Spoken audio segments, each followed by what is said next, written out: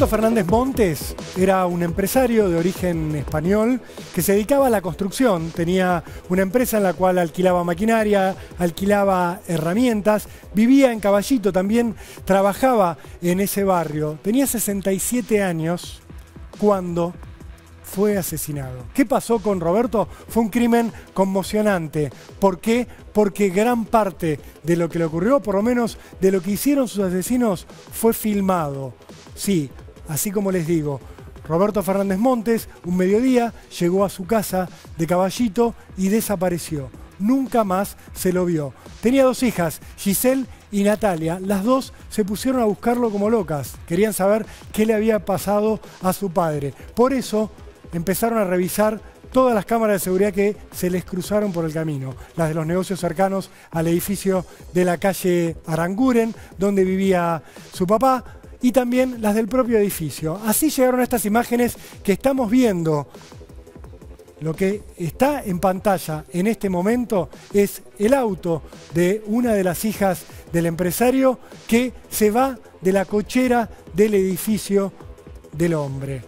¿Qué empezaron a deducir las hijas del empresario a partir de que vieron estas cámaras de seguridad? Que Roberto Fernández Montes, por supuesto, había sido asesinado dentro de su departamento y que alguien se lo había llevado del lugar en ese auto que estamos viendo. Pero había mucho más en las cámaras de seguridad. Giselle, la hija menor de este empresario de origen español, vio que había dos hombres que manipulaban un cuerpo por el ascensor del edificio. Cuando revisó un poco mejor las cámaras de seguridad, descubrió que uno de esos hombres había llegado muy temprano al departamento.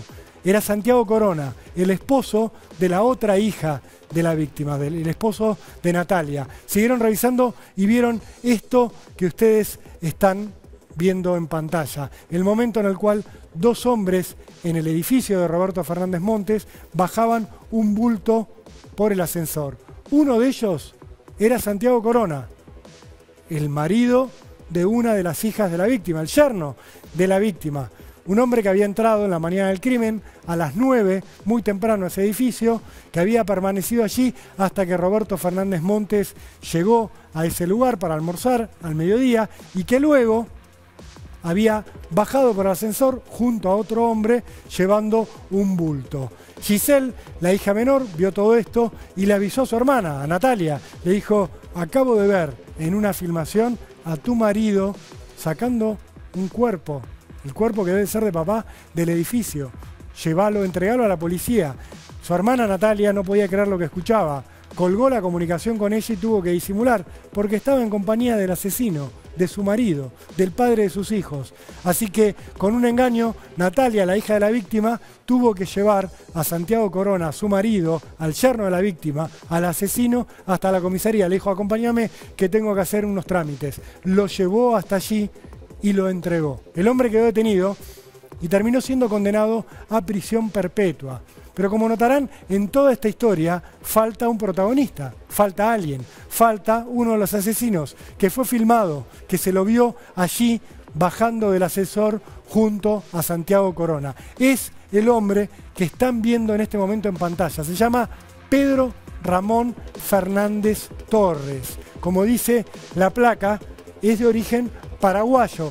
Lo menciono porque hay una sospecha muy grande de que este hombre, que está prófugo todavía hoy, más de 4 años después del asesinato, que puede estar escondido en Paraguay.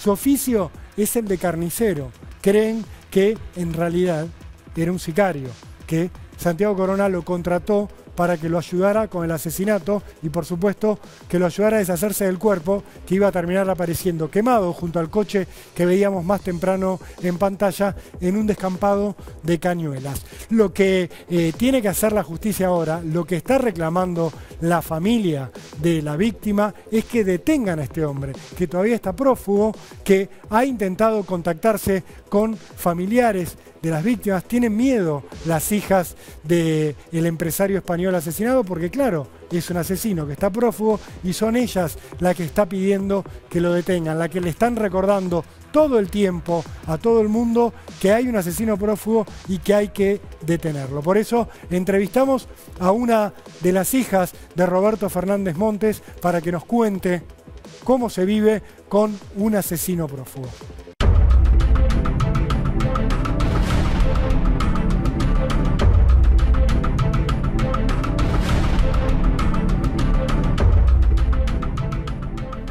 Es muy doloroso, ¿no?, que te maten a un familiar y que encima una de las personas que colaboró en el crimen, que se lo ve en las imágenes, que baja el cuerpo de mi papá con Santiago Corona, este prófugo que siga evadiendo la justicia, ¿no es cierto? Que merece, obviamente, cuando lo encontremos, la misma pena que tiene Santiago Corona.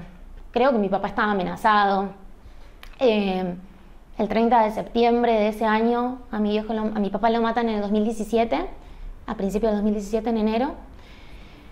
Y más o menos en septiembre del 2016 yo entré a mi casa y mi papá me cuenta de que el flaco, como le decía a él, había querido intentar abrirle el galpón y entrar a robar.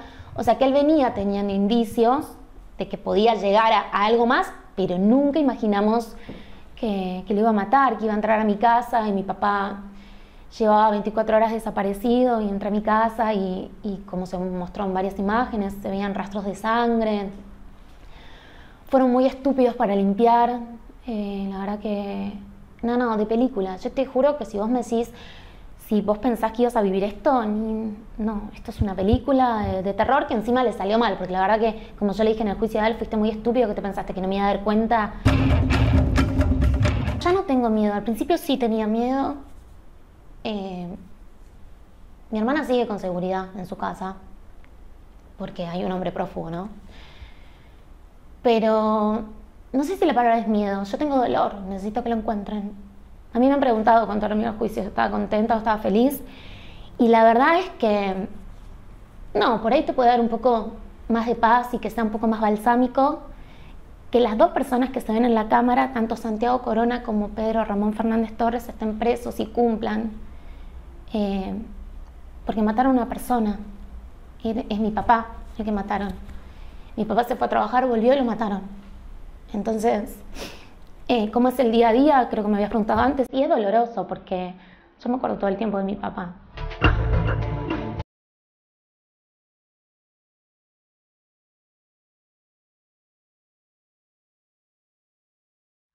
Bueno, yo quiero pedirles por favor a la ministra de Seguridad si se pueden ocupar de que este caso quede cerrado, de que encuentren a Pedro Ramón Fernández Torres, que fue quien participó en el crimen de mi papá, porque necesitamos que se haga justicia completa. Así como Santiago Corona está cumpliendo su condena de reclusión perpetua de 35 años, necesitamos encontrar al carnicero prófugo.